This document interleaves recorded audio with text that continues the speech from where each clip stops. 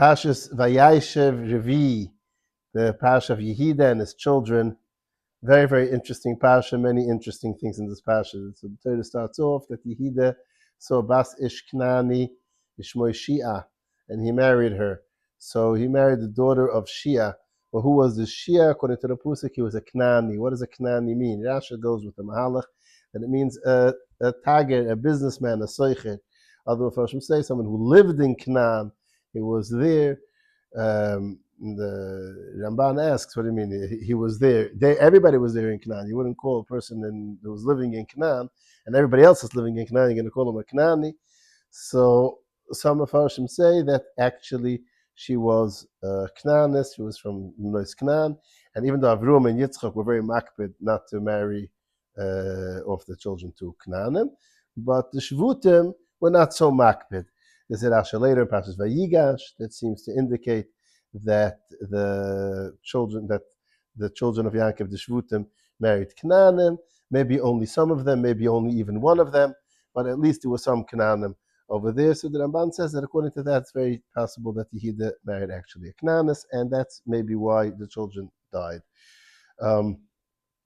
So then she had a child, and Yehuda gave him the first name. He gave a name Air, which means awakening, but it also has not such a negative connotation, which we'll see soon.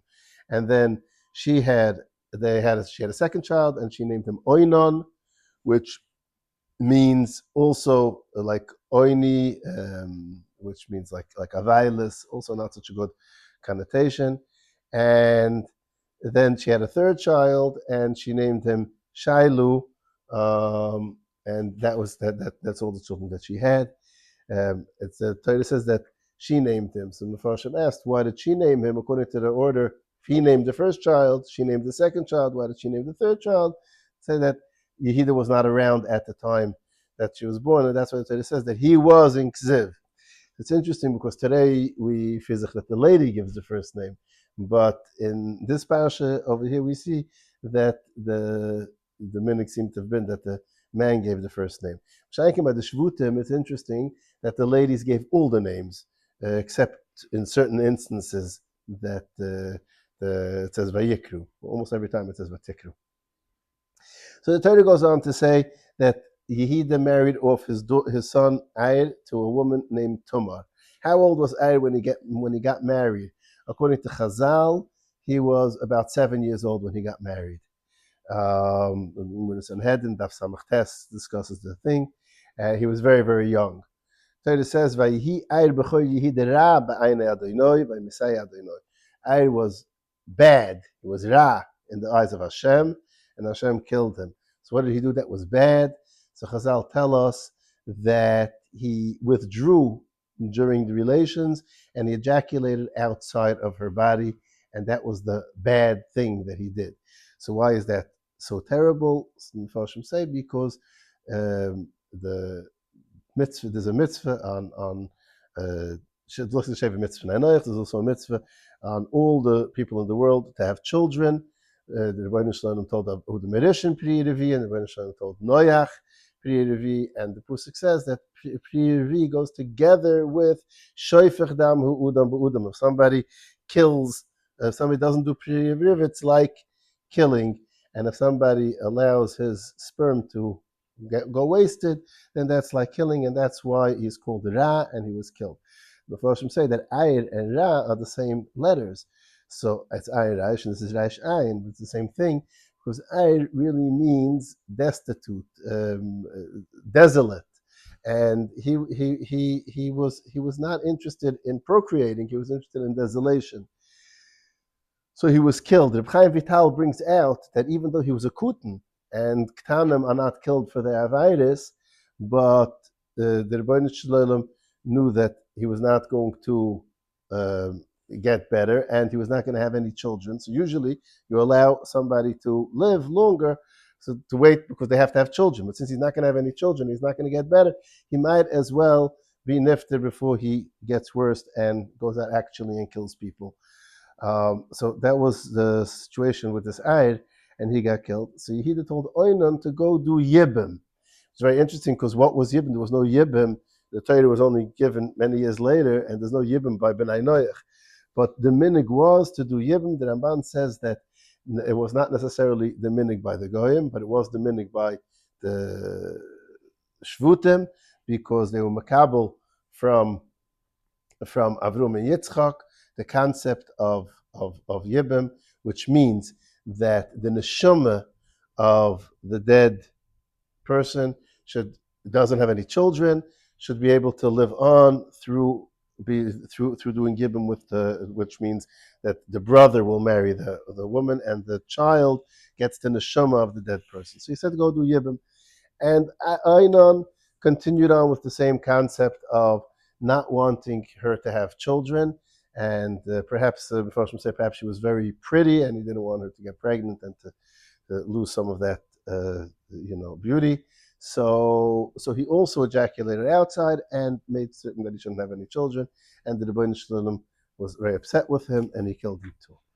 So that Yehuda, who did not know all the details as to why his children were dying, saw that his children were dying. Now the halacha is that if a woman has two husbands and they both die and there are no children, she's called a katlamis.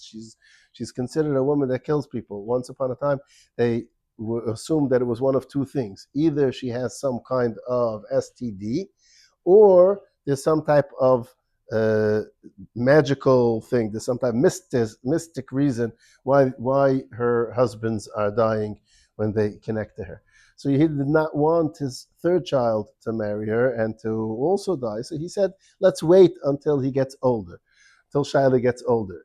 Nevin Ezra learns that he did assume that they were doing wrong things. So he said, let's wait until Shaila gets older, because these children were getting married at 7 years old. And at 7 years old, they didn't have enough cycle as to how to marry and deal with a woman. So let's wait until he gets older. He'll be 13 or 14, Nevin Ezra says, and at that point, maybe he'll have enough cycle to be able to marry her properly. Whatever the case may be, they waited many years, and Shaila got older, whatever the age was that they wanted him to marry, and Yehuda was not really ready to give over his third last remaining child to this woman who seems to be killing her husbands. Meanwhile, Yehuda's wife died, and Tamar came up with a little bit of a plan over here. When Yehuda went to share the wool of the sheep, she came up with a plan that the Yibum can be done not only through a brother, but also through a relative. We find that concept later also by Boaz, that Boaz did Yibum on Ris, even though he was not a brother, he was an uncle, but Yibum can be done also through a different relative.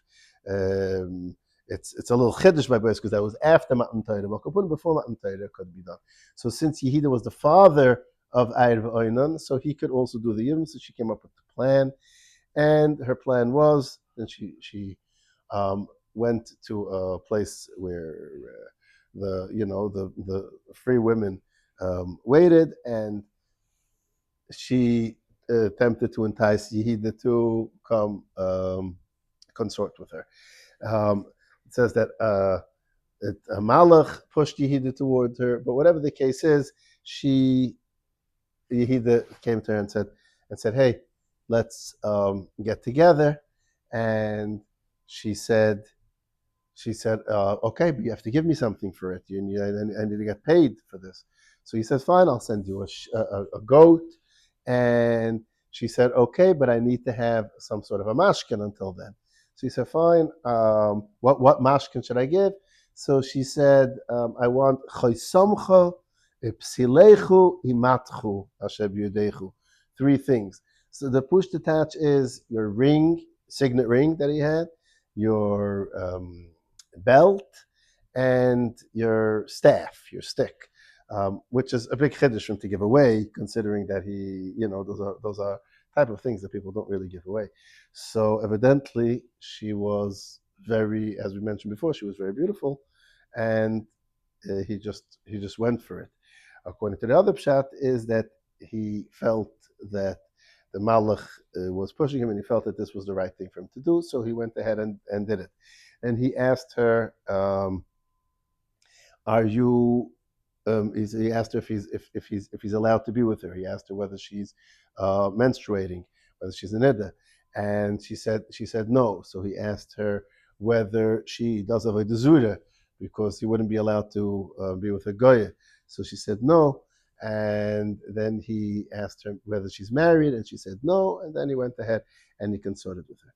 So that's the basic story. She became pregnant, and then Yehuda tried getting back his stuff, but he wasn't able to get it back because there was no such woman over there. He sent shlichim to get back, to give the goat and to get back the stuff, but he wasn't able to get it because she wasn't there. So finally, he gave up on it, and he's just going to have to lose his stuff. Now, what happened was she wanted to hold on to it because she wanted to be able to prove to him who, that he's the parent of the child. She needed to have some proof as to how this is going to happen. At some point, they told Yehuda that she is pregnant, and obviously that means that she was mezana, because she was waiting for Shiloh, and technically that would be considered like she was engaged to Shiloh. Now, exactly what din it had before Matan Torah, if it was considered like a marriage, considered like an itis, and considered like an engagement, Shemedes Yovam, what the din it has is the subject of a lot of debate in the Mefarshim. But Yehuda said, "Oh my goodness, take her out and burn her."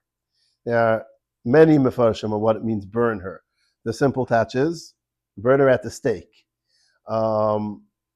The reasoning for that could be because Yehuda felt that there's something wrong with her.